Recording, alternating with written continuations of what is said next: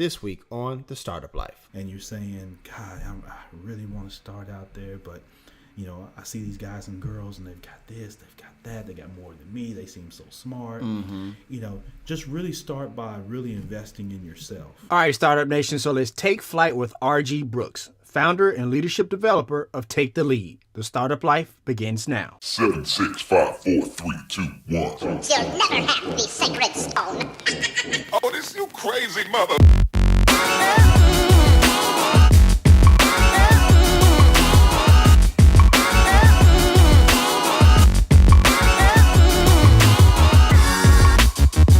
Marriage, how does thousands in college savings sound? Brand new in our school, the L.E.A.D Academy, we have released How to Hack the ACT. Students will cover managing test anxiety, math, science reasoning, and why eating a good breakfast is so important. For more information, go to this episode's show notes for the link. All right, Startup Nation, so I hope you're ready to receive some value today. We're here with the one and only R.G. Brooks. What's going on, man? Hey, man, how you doing, Dominic? I can't complain. You ready to pour some value into Startup Nation today? Yes, sir. Let's do it. Cool, let's do it. So what's the story, man? Tell me a little bit about the story and how you got to this point.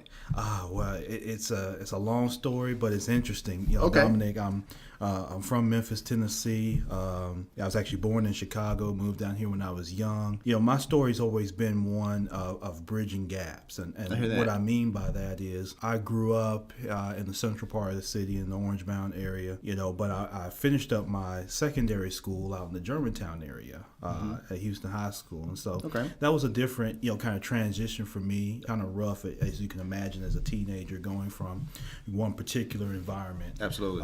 To another environment that's sometimes they don't always see each other eye to eye or see each other in a certain sense of respect. And so I've always found that my exposure to both of those sides of life, even though they exist within our great city here, that's always been a part of my makeup and part of what I try to promote in my business from a collaborative standpoint. So. I hear that. Okay. So I know your business is a little bit different than normal. So usually we ask, if there's like any external vendors that you use or anything like that. Do you have any external vendors that you use for what you do or not so much? Or? Oh, absolutely. Okay.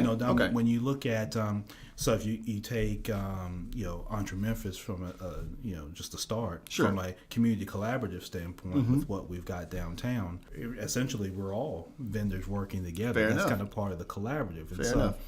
One of the things I've always been proud of with the way that I've operated the collaborative is everybody remains with their own identity. Okay. So it's not a situation where you unite with Entre Memphis and now you give up your brand and your identity and everything's just under this one umbrella. I hear that. Entre Memphis is a collage of, if you would say, of brands and ideas, people from different walks of life, people from different cities and things like that. And that's what gives it the strength and really gives it the muscle. And so I've really been proud of that.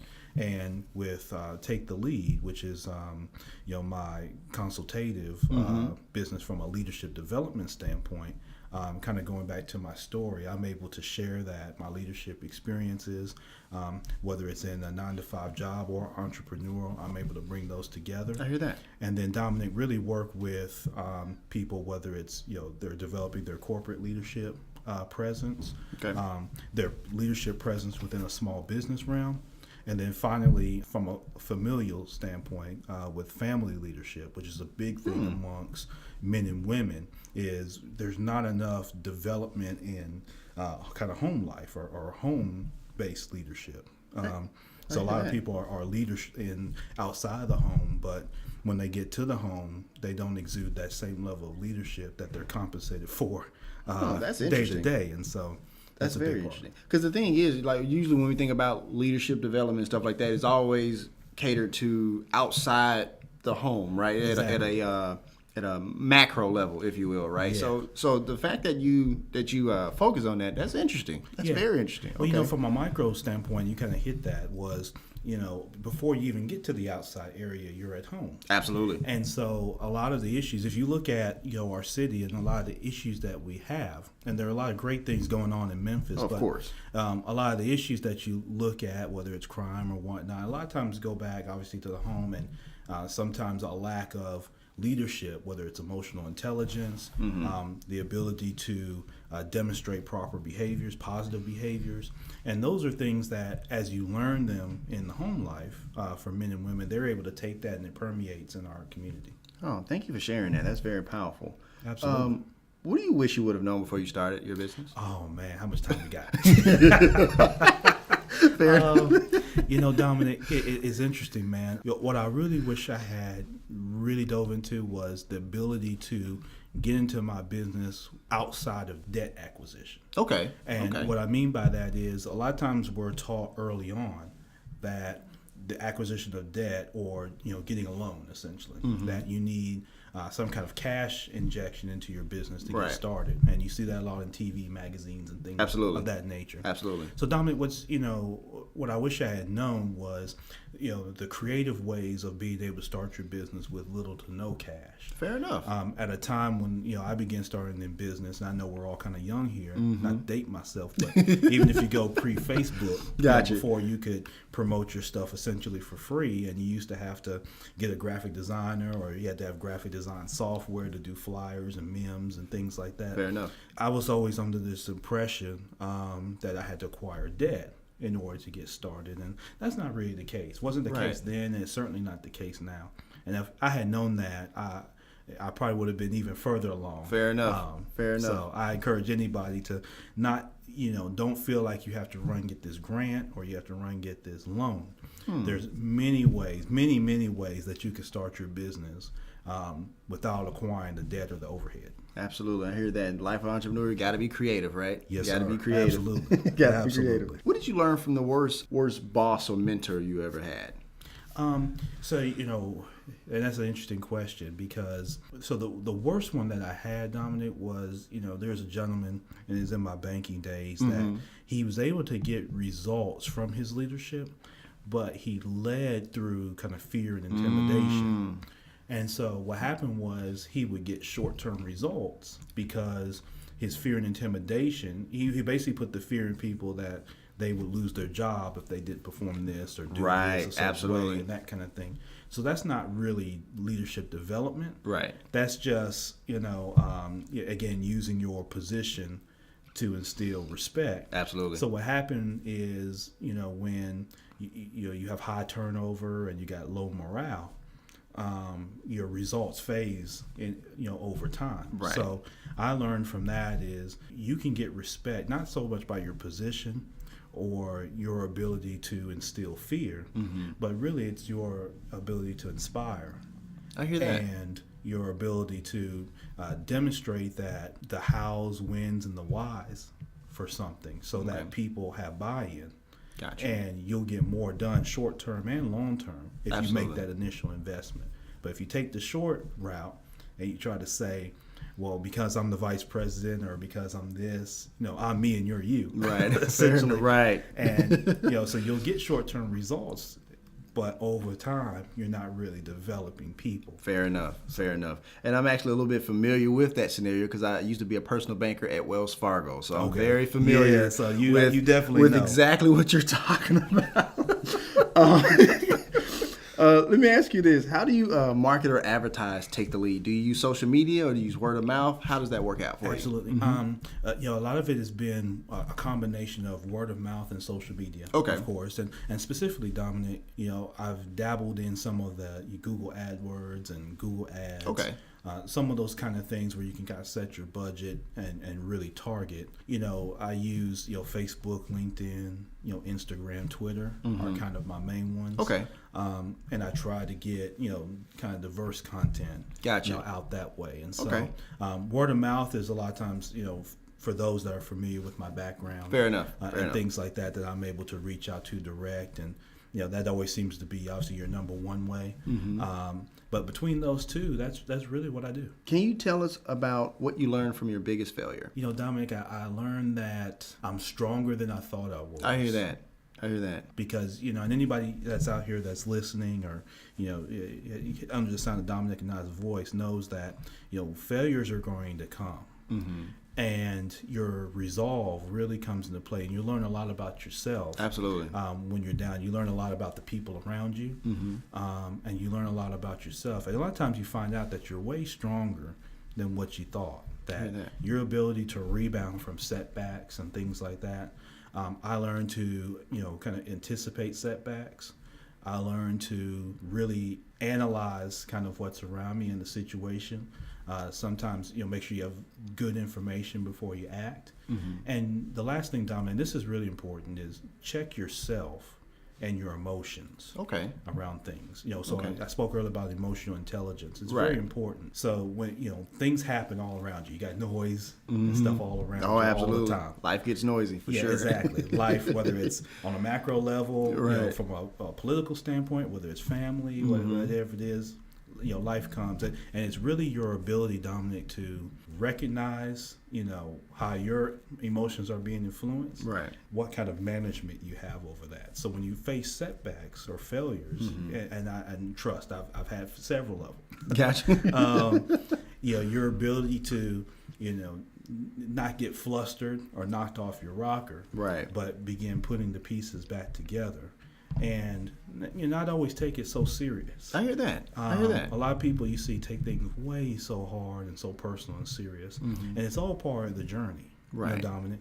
And most of us are fairly young, and so you have time always, as long as you're up and you're breathing, I hear that. You're moving, you're still got time to make it right. And that's the beautiful thing that you should wake up with every morning. I hear that. I'm glad you mentioned the piece about, about age, because a lot of times we see things, out there in the news and social media that 24-year-old billionaire, and you look at yourself and you're 30 and what am I doing? I'm behind the curve, right? I'm glad you mentioned that. Thank you so much. Yes, sir. Entrepreneurs consider themselves lifelong learners. They're always engaging in professional development, things of that nature. What are you learning, and what does professional development mean to you? Yeah, so professional development for me is, you're taking an active, engaged role in your progression to the next level, and however you identify that. And so, for myself, I spend a lot of time reading. I tend to use a Kindle. I'm old school. I love the flipping of the pages. I got you. Okay, fair enough. But you're a purist, as my wife would say. You're a purist. There you go. Absolutely. And but I've gotten used to over the last couple years of using the Kindle. Just because I can have 1,000 books with me on my phone or tablet. Fair enough. Hard enough to carry 1,000 books with you, in paperback form. But I enjoy reading. I can take snippets of things and kind of apply it, kind of share it, like you say, on social media, that kind of thing.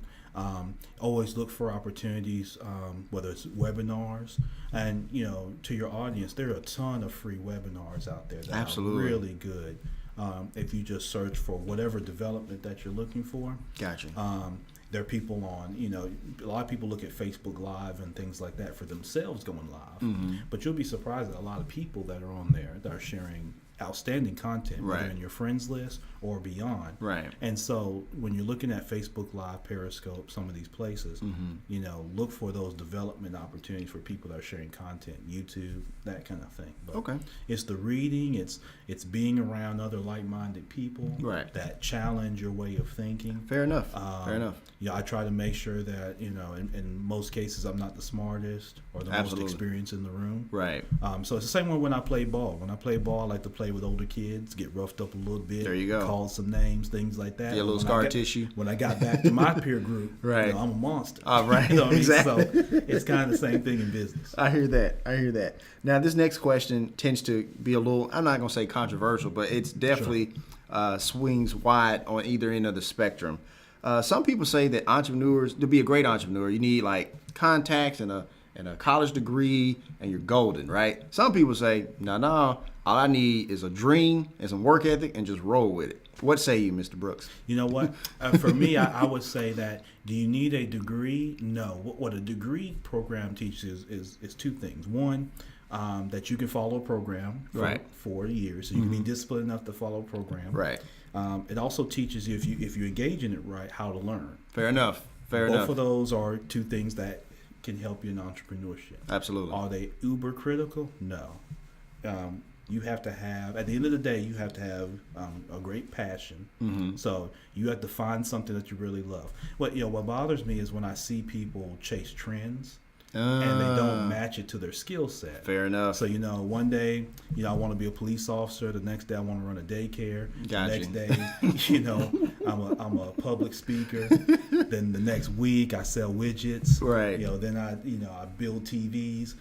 So they never really match. Right. What their skill set is. So it's got to be a passion, and then you have to have a holistic mindset of the world, because entrepreneurship is really about how you solve problems for others. Absolutely. So your ability to identify a problem, find people that are willing to compensate you, to solve that problem.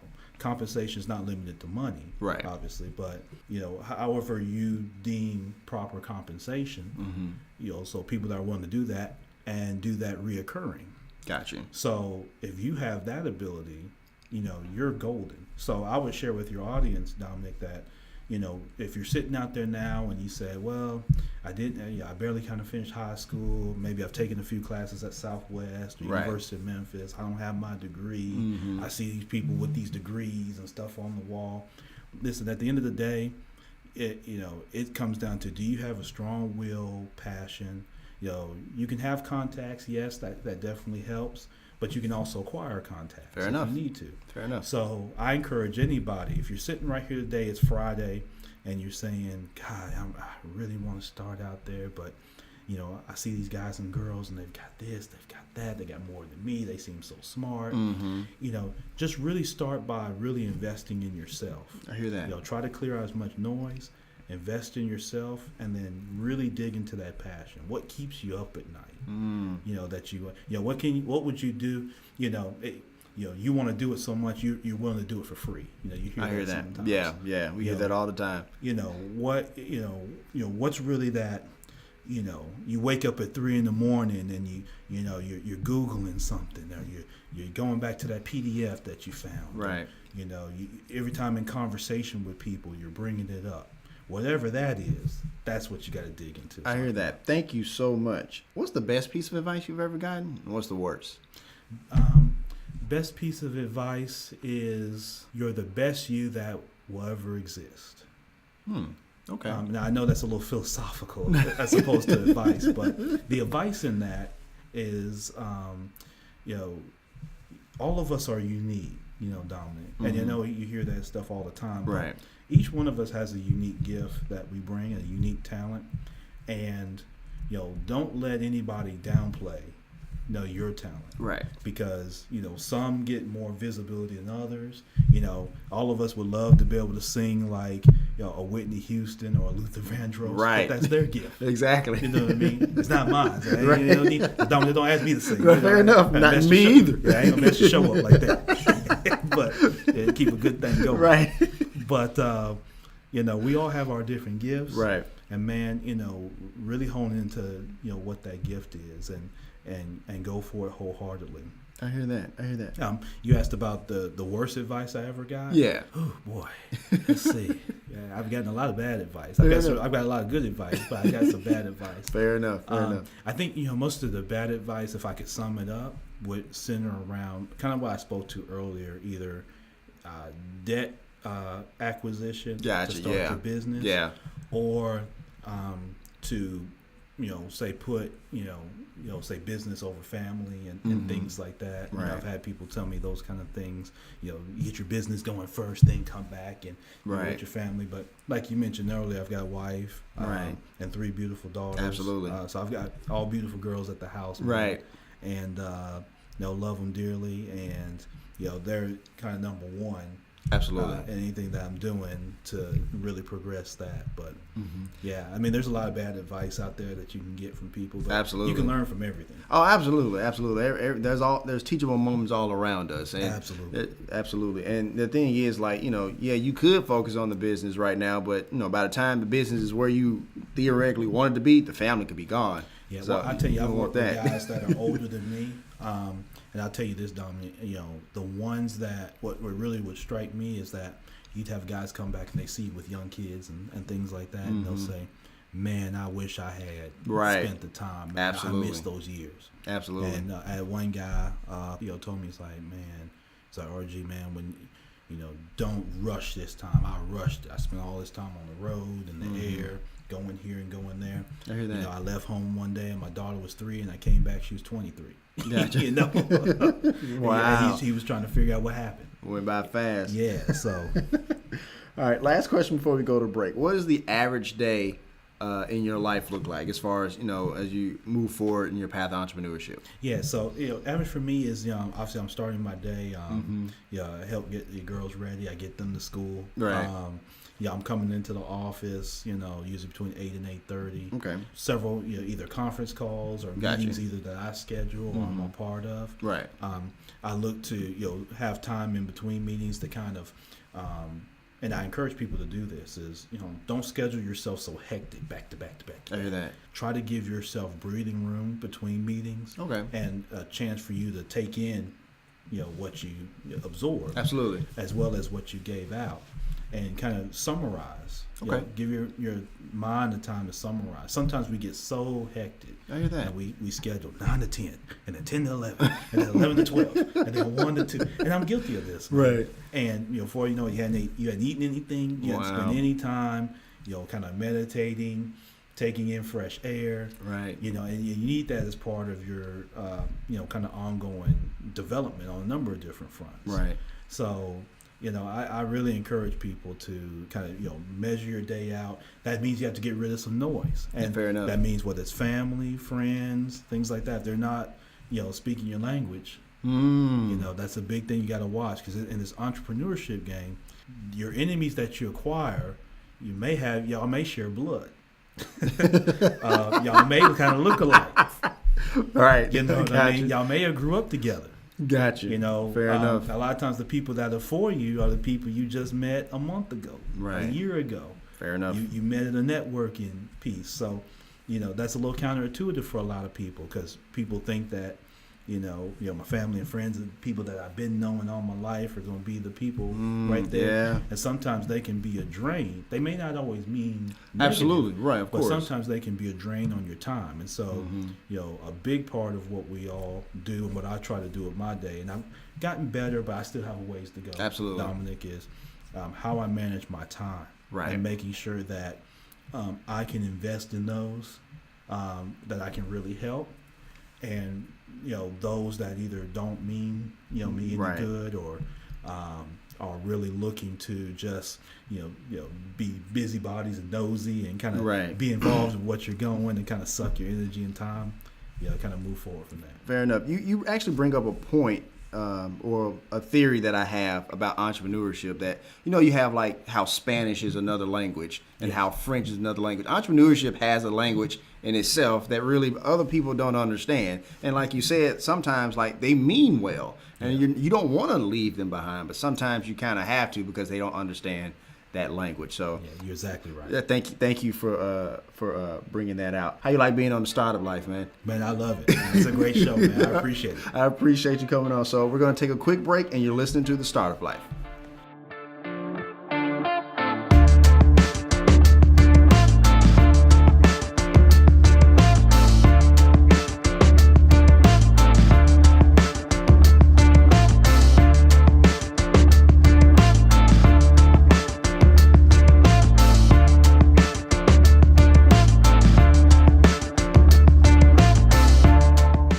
If you are a teacher looking for great resources, look no further than Owl's e-commerce store on Teachers Pay Teachers. The store name, Teaching with Owls. Enjoy great lessons based on short stories from great authors such as Kate Chopin's The Story of an Hour and Edgar Allan Poe's The Mask of the Red Death.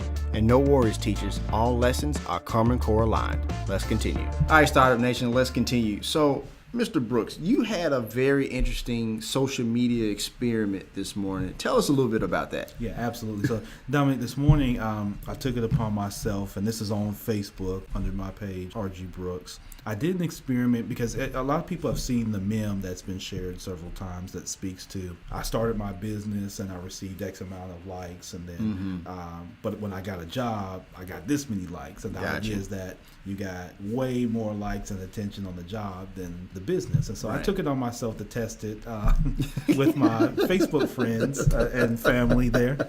And so what I did was I did simultaneously. I posted, I got the job, so thankful. Right. Then right after that, I posted, I started the new business, so thankful. Gotcha. And what was interesting was this, and of course I posted some of the results at around noon today. Right. Essentially what happened, Dominic, just to quantify, was about 50% more of the Facebook audience, which again is made up of friends of friends, that kind of thing. Right. About 50% more of those people liked the job post than the start of the business post.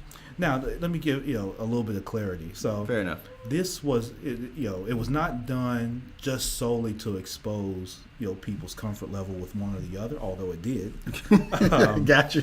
But it also tested social media in that sense. Now, again, it wasn't scientific. This was Right. limited to just my friend list. Absolutely. And I have no way to verify what I'm about to say from this point of view. But Nice disclaimer. what ended up happening was people were giving feedback that I saw the job post in my timeline, but I didn't see the business post, which made me think, okay, that's interesting considering I posted on both Right. simultaneously, one right after the other. Right. And people were saying, now, did they not see it because they scrolled past the business one but stopped at the job one? Interesting. Possibly. Very interesting. Did they not see it because they, saw the job one first, went to it, and then got off Facebook without enough time for the business one to filter? Fair enough. Fair enough. Or did Facebook not show as many people the business one as the job one? Gotcha. Which could have been based on the algorithm of more people in my friends list and friends of friends Right. respond to job postings with the word job in it versus postings with business in it. And so shout out to Shay Jones.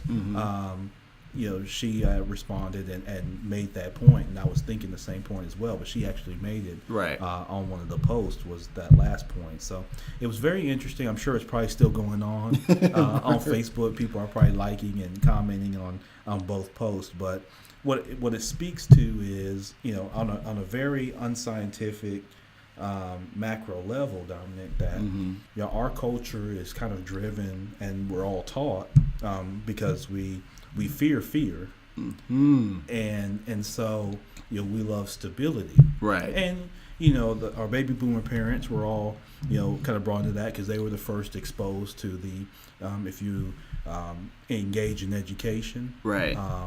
And at that time, things were opened up. Education was a lot less expensive. That's true. The higher That's education. true. And so it allowed for people to acquire job salaries that could move them out of the neighborhood and things like that. Right. Things were opening up in the 70s. But at the same time, what we lost, so we gained a distinction of middle class Right. somewhat. And of course, now things are a little different now. But Right. we gained that. But what we lost is that sense of kind of pride in our community and connectivity, I hear that. because all of us were able to kind of move around. Because of that, we became just a little bit more engaged because we like that stability of what the job provides. Gotcha. Provides, in some cases, for some people, a benefit. It's steady, so people are getting paid every week, Right. every other week, things like that. And I Gotcha. completely get that. But ownership is where to really control your means of production, you have to own. And so what that means of production is an economic term. Right. And of course, my background's in business economics. Of course. From the University of Memphis. Means of production is your ability to then influence, your cycle of resources. And you do that through ownership. So when you own a process, that means you can kind of dictate and kind of, direct how resources flow. Okay. And when you don't own, then someone else is direct. So think of a job. Even if you make $100,000 a year, Right. right? The reason they pay you $100,000 a year is because you make them $10 million. Fair enough. Them being That's the true. owner. Exactly. That's how he can afford to do that. If he pays you $1 million a year, right. that's because he's making $100 million Exactly. off of your effort. Absolutely. Right? Absolutely. So that's just any vendor, right? You're going Right. you pay for a vendor, but you're going to get more value than than what you're putting out. So, think back to what Chris Tucker said. Chris Rock said in one of his comedy skits. He said, Shaq is rich. Right. But exactly. whoever writes Shaq's checks is wealthy. That's right. Exactly. And so now I know we're talking about, from a money standpoint, monetary. Right. But, if you're thinking of it that way, which most people do in their job, whatever they pay you, they're making, 100 times, if not more than that, from you. So, you have the ability to do that as well. Absolutely. Everybody that's listening has an opportunity to be an owner. Absolutely. Absolutely. And it goes back to what we talked earlier. It doesn't matter your education or your background. Well, I'm from South Memphis. Oh, okay. Right. It's still Memphis. That's right. Whether it's south, east, north, whatever. Absolutely. It's Memphis. Absolutely. Other owners have come from Memphis. Mm-hmm. So the title that you put in front of, that's a big thing in our city, is that we try to limit ourselves or define our worth based on where we're from. Right. As opposed to the ownership piece of it. So. Absolutely. No, I can relate to that because I'm a skinny black kid from South Memphis, so I got you. I definitely understand. And for the record, on your on your findings, that post that at the end after the experiment, I gave you an angry face only because of the results, not towards you, but I gave the angry face because of the results. Yeah. But it made me think of, and it's a follow-up question. Sure. It made me think of if it's just a simple thing of you may have gotten more likes. And don't get me wrong, the other variables, the algorithms and stuff like that, right? But it made me think of if there's a relatability piece, meaning that people can relate more with somebody who gets a job as opposed to they can relate to somebody who starts a business. So I wonder, do you think that may have played I think that's, you kind of hits the nail on the head, just from a qualitative standpoint. Right. Is that typically people, because of their exposure, because of their comfort level, right? Because of sometimes the naysayers and family and friends and things like that towards owning a business, right? People get the statistics all the time about how often business fails, and and really what people are saying is I'll use me for example. RG, don't start no business because I know if it fails, you're gonna be coming to me for money. Wow. So you gonna take your money and blow it on your business, and I know you gonna call me. Wow. We don't say that, right? Right. But that's what people are really thinking. Fair enough. Because I know you gonna call me about fair enough. When you can't pay your rent, your mortgage, or because you done blew it on some business. Right. Absolutely fair enough. So that's what people are really getting into when you get to the heart and the transparency of the matter. And so if you think about it, if you look at what's happened, let's just say since 2007, right, with layoffs and what companies have cut back, and you look at, from starting your own business, both have risks, right? So now, anybody today at any level, no matter how well you think the boss man or lady likes you, or how well you've brown nosed around, or you've been on the company, you just got hired, you've been at the company 30 years. Right. At any point, they can come in at any time. And if you're in Tennessee, it's a right to work state, right? Right, absolutely. So at any point, you can terminate your employment. But guess what? At any point, they can terminate yours. That's true. For any reason. That's true. Aside from a legality. Right. Right? So how risky is that? At any point, you could be cut. Exactly. Like right now, you could be sitting in your cubicle or your office right now today. They can come in and say, listen, thanks, but no thanks. We appreciate it. Right. You may get a severance package. You may not. Right. Depending on how long you've been there and the size company and things like that. So that's risky. Absolutely. And then, for those that are out there that are in the job market, they could tell you firsthand that's not easy. Right. Late 90s, early 2000s might have been a little bit easier. But, Dominic, that's a little bit harder proposition now. That's true. And so if you think about it, if you're going to take the risk, who's a better bet? That person that you're going to work for or yourself? Absolutely. That's where you hit the heart of the matter. Absolutely, yes. People are afraid to take the bet on themselves because they think negative about what might happen. Absolutely. But they don't consider that on the job because they think, well, as long as I go to work and do what they tell me to do, I can stay here for 60 years. And you may. You know what? Just like you may start your own business and have it run for 60 years too. Right.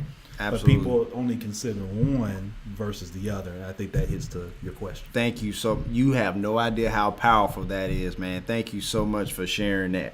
Well, let's get to the next question. Okay, yeah, absolutely. Let's do it. Let's do it. And actually, you may have answered this one, but what's a popular misconception about business, you think? That is easy. That success comes and it's just sustained. Like once Right. you become successful, a lot of people, and however they define success, right? Of course, absolutely. But people seem to believe, Dominic, that you become successful and you just kind of stay there and everything becomes easy at that point. Right. And I'm here to tell you, and many people will probably echo this, is that that's where it really begins. No, absolutely. Because once you Great become point. successful and you get the visibility now, and a little money's coming in, and you're reaching your goals, and people are calling you, and that'll come. Don't discount that. I would encourage your listeners that if you stay at it, that day will come.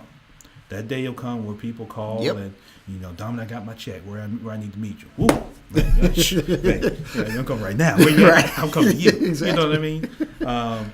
You're helping people in the community. So someone calls you and says, Dominic, you don't know me, but I happen to see you speak, and you really helped me through a situation. I hear that. And I wanted to relay that to you. Absolutely. And so whatever it is that your goal is, Right. that success can come. Now it comes about how you sustain that, grow, and how do you help others. Right. One thing that seems to lack is sometimes we get in business, you can get kind of selfish. And you start believing that, you start smelling your stuff a little bit. You know what I mean? Right. You start thinking that, well, I had to work to get here. So Oh, why I got to reach back and help somebody else? No one was there when I was struggling. And that's how we are. Again, Right. speaking to the transparency Absolutely. of human nature. Yes, is absolutely. That's true. You get up some, all of a sudden, every time you post, you get 100 likes, 50 comments every time. So Right. you feeling kind of good. People, all I got to do is post my logo. People love it. Right. People calling, they emailing, they requesting, all that, and then we start getting, and you see it on Facebook. Absolutely. Sometimes it don't take much. Right. Dominic, sometimes for some folks, they'll sell their soul for 20 likes. That's on true. Facebook. Man, look. And That's true. so sometimes it don't take much for some of us to kind of forget, and we run into this other circle. Right. I don't. They're too low on the totem pole for me to mess with. I can only if it ain't Fred Smith or it ain't this person or that person. Man. So they start looking at titles and who they feel like they stat ranked above them still, and that's what they gravitate to, and they forget kind of where they were. And what happens is, pride comes before the fall. Nah, So that's true. What you have to do then is your work really takes into effect once you start getting some success, because now the expectations continue to grow for Absolutely. your business. Absolutely. And that day will come for many people that are listening, to this show, is that you'll get to that point, and so it's not easy. You have to really double down on your work to try to keep yourself organic, to stay innovative, and to not lose that sense of growth that someone else may not be quite on your level yet. Right. Which is fine. Are you willing to still bring them up to stand beside you? That's what Gotcha. it comes down to. I hear that. Thank you so much. Who are your mentors? Oh, That many, huh? there's so many to name. There some of them are out there. They're on my Facebook. They're on all kinds of different industries. Right. But I've got several, and I encourage people to have mentors, have them across different industries. Right. Have them at different experience levels. It doesn't matter so much of their age per se. Absolutely. So you can have a mentor that's younger than you. You have a mentor certainly that would be maybe a little more seasoned, but Right. always have mentors and check in from time to time, and have people that'll give you an honest assessment of yourself.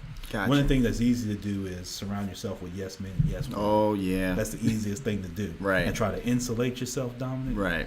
But I encourage people, and I learned this, is that surround yourself with people that will check you in the sense of your progression, not check you in the sense of just checking you. Right. You know, we from Memphis, so we check you. No, You know, I got you. I got you. But you know, I think some. I have a few listeners in Tokyo. They may not understand that right. reference, but I got Right. you. I got you. Exactly. So, you know, it really comes down to having good, solid people around you that will be honest with you, Right. and then also come with a recommendation.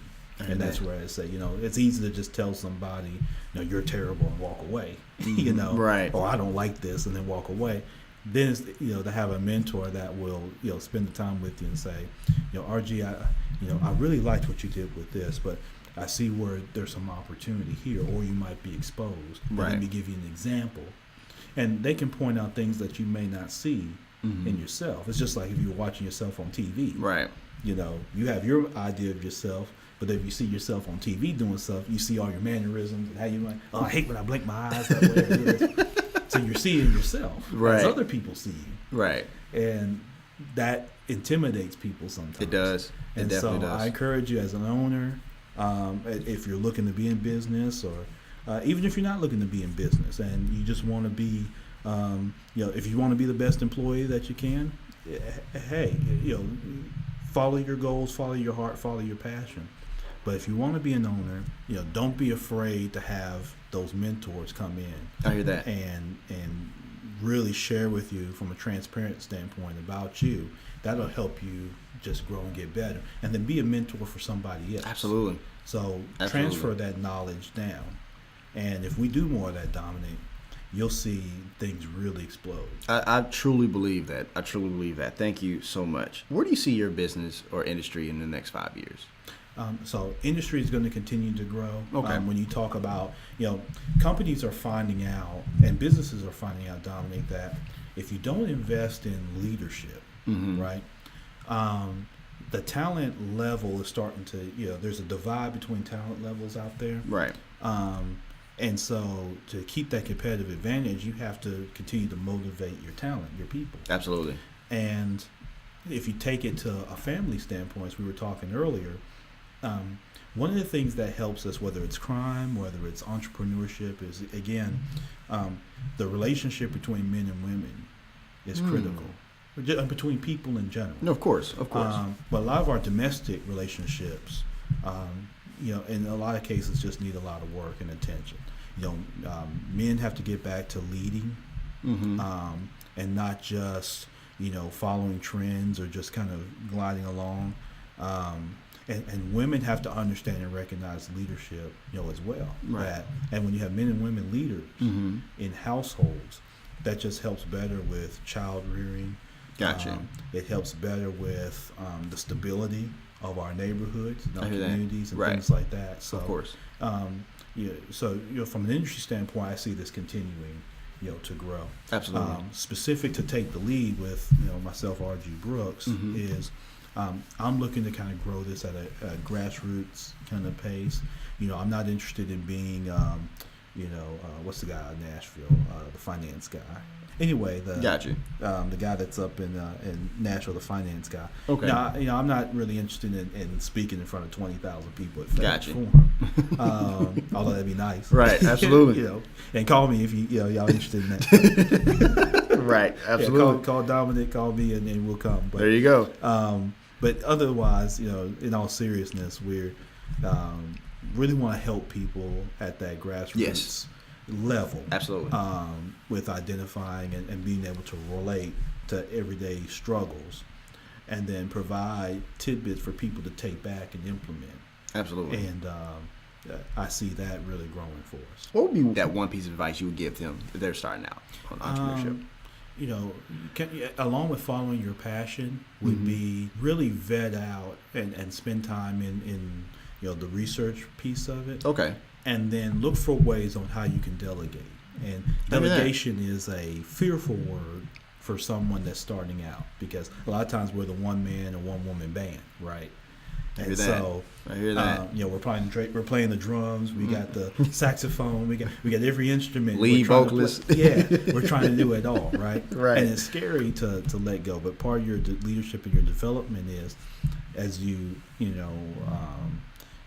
introduced to like-minded people and things like that. Look for ways you can delegate some of those smaller, kind of more remedial kind of tasks. I hear that. So you can spend time in strategic vision and planning.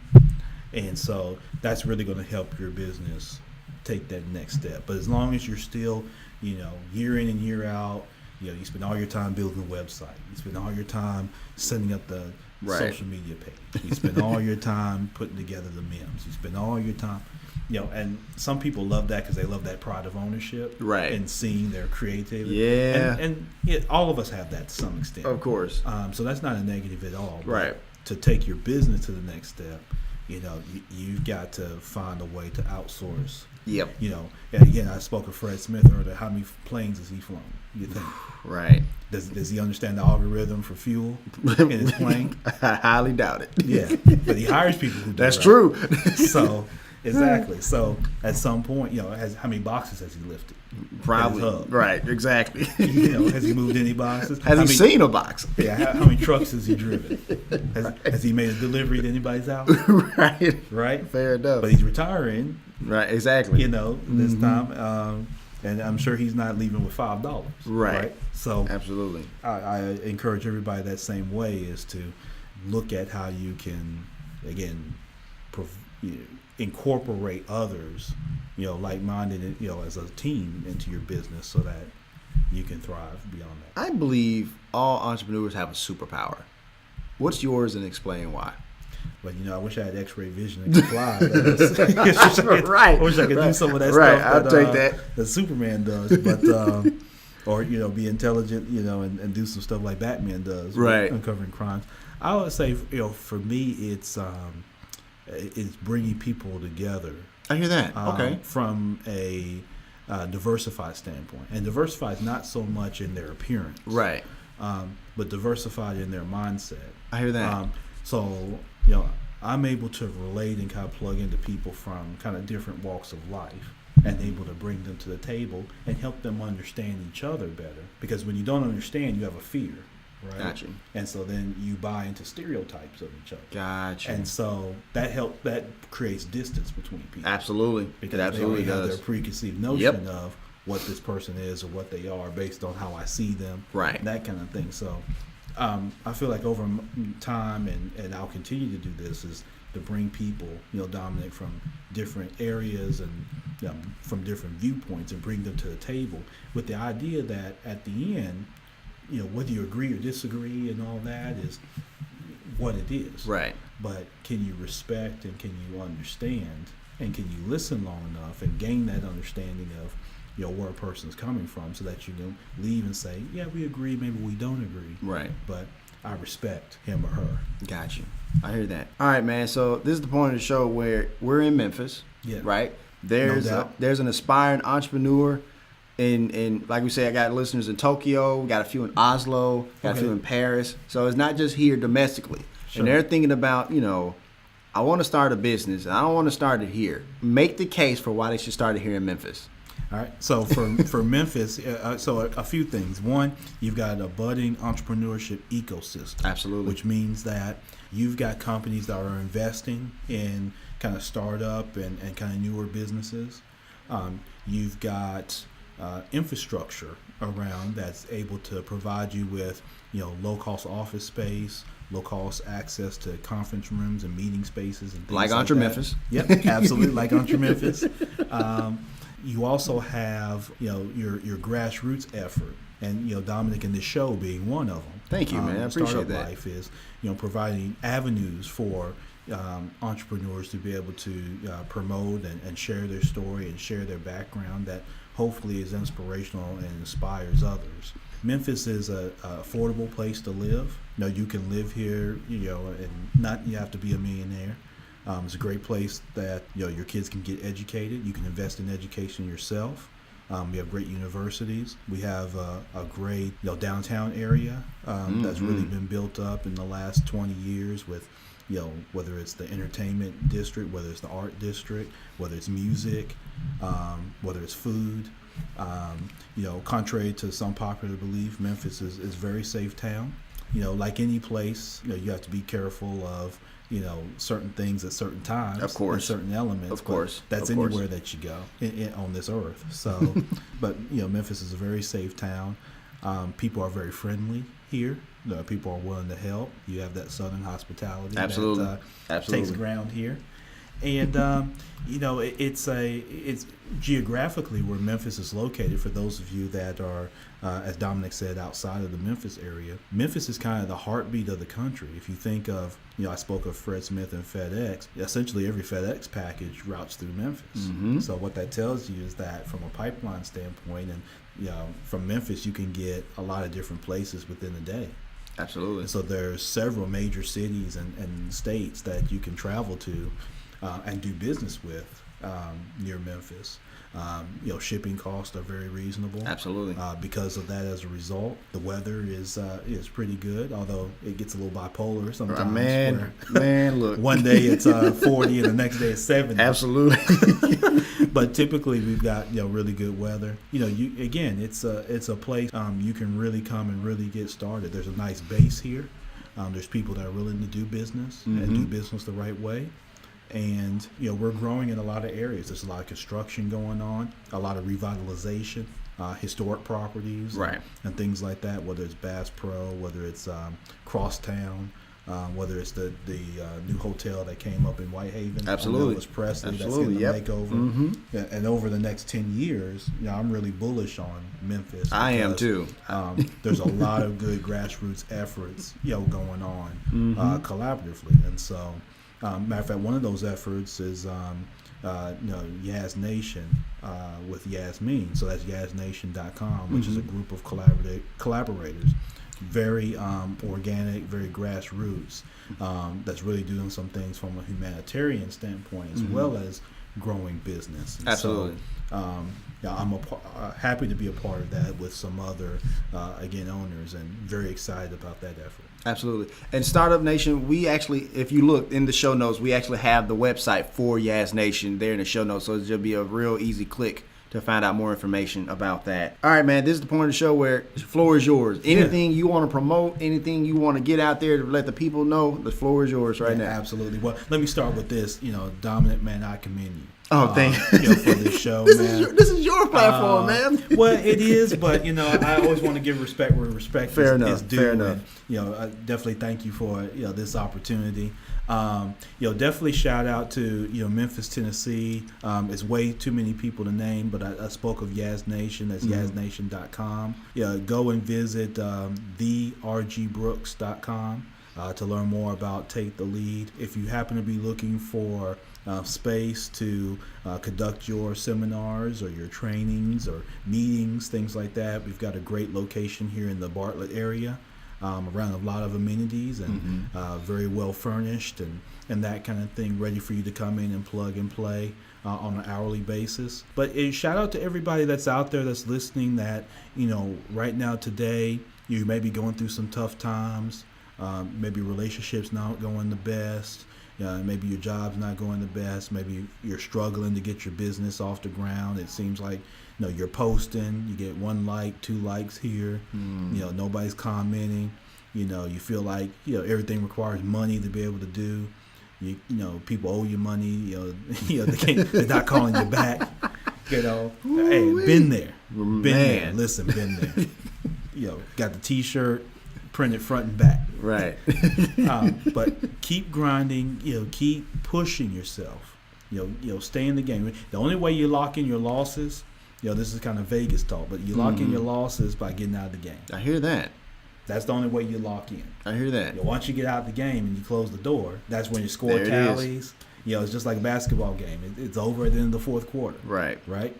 But if you keep going, as long as you're in the game and there's time on the clock, which means you're still alive. There you go. You still got time on the clock. There you go. That means you still get off a good shot. So I hear that. I encourage everybody, just keep pressing as you're going into this weekend. And you're wondering, man, what's this? What's that? Just stay in the game. Stay in it. Reach out to people. Definitely reach out to me. I'm the RG Brooks. Twitter, Instagram, Facebook.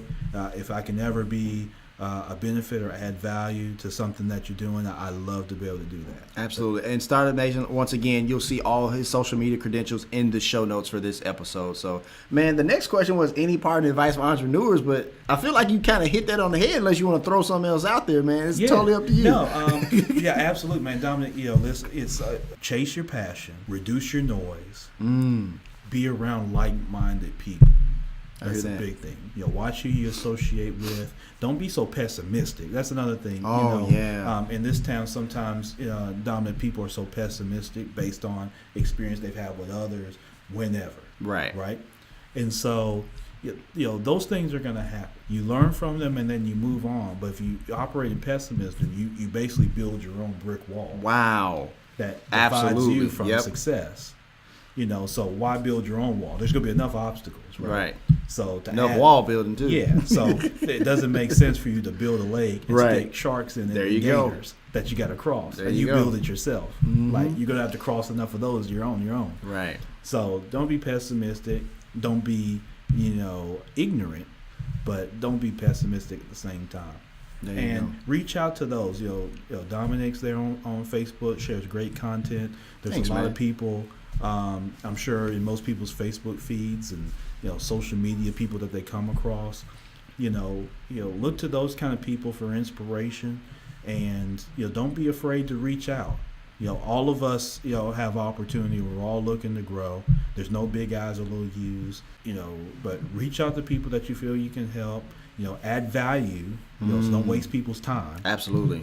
So don't call Dominic with no, little bitty, fluff kind of stuff, crazy stuff. Call him when you got some meat, right? Gotcha. Fair enough. Fair enough. And let's do business. Yeah, I encourage you all, and again, reach out to me, and don't forget, YazNation.com, the rgbrooks.com. Support the Startup Life, this show. Thanks, man. I appreciate that. Be sure that you share the show with others. Talk about the show. Good, bad, or ugly. Provide feedback. Absolutely. So that we can all get better. But let's grow this show to be that staple in the grassroots community here. I hear that, and man. Beyond. Man, how much I owe you? No, no, you good, man. No, I love to do that, man. I love this, and I appreciate the opportunity, man. All right, really man. Do. So that's going to conclude this episode of the Startup Life, man. Did you enjoy being on the show, man? Man, I did. Okay. Man, I loved it. Cool, man. I'd love to come back at some point whenever. Absolutely. Absolutely. Thank you so much. Here's my final take. When it comes to R.G. Brooks, it's all about leadership. He understands that it's not about titles and roles, it's about accountability and sustainability. And with his Take the Lead initiative, R.G. Brooks is going to be vital to the golden era of entrepreneurship that we're experiencing right here in Memphis. If you want to let us know what you think about the show or would like to advertise on our show, send us an email to the address in the show notes. Subscribe to The Startup Life, as it can now be heard on iTunes, Google Play, Stitcher Radio, and SoundCloud. Also follow us on Twitter, Facebook, and Instagram at Owls LLC. And hey, if you have an idea, be about that life. The Startup Life.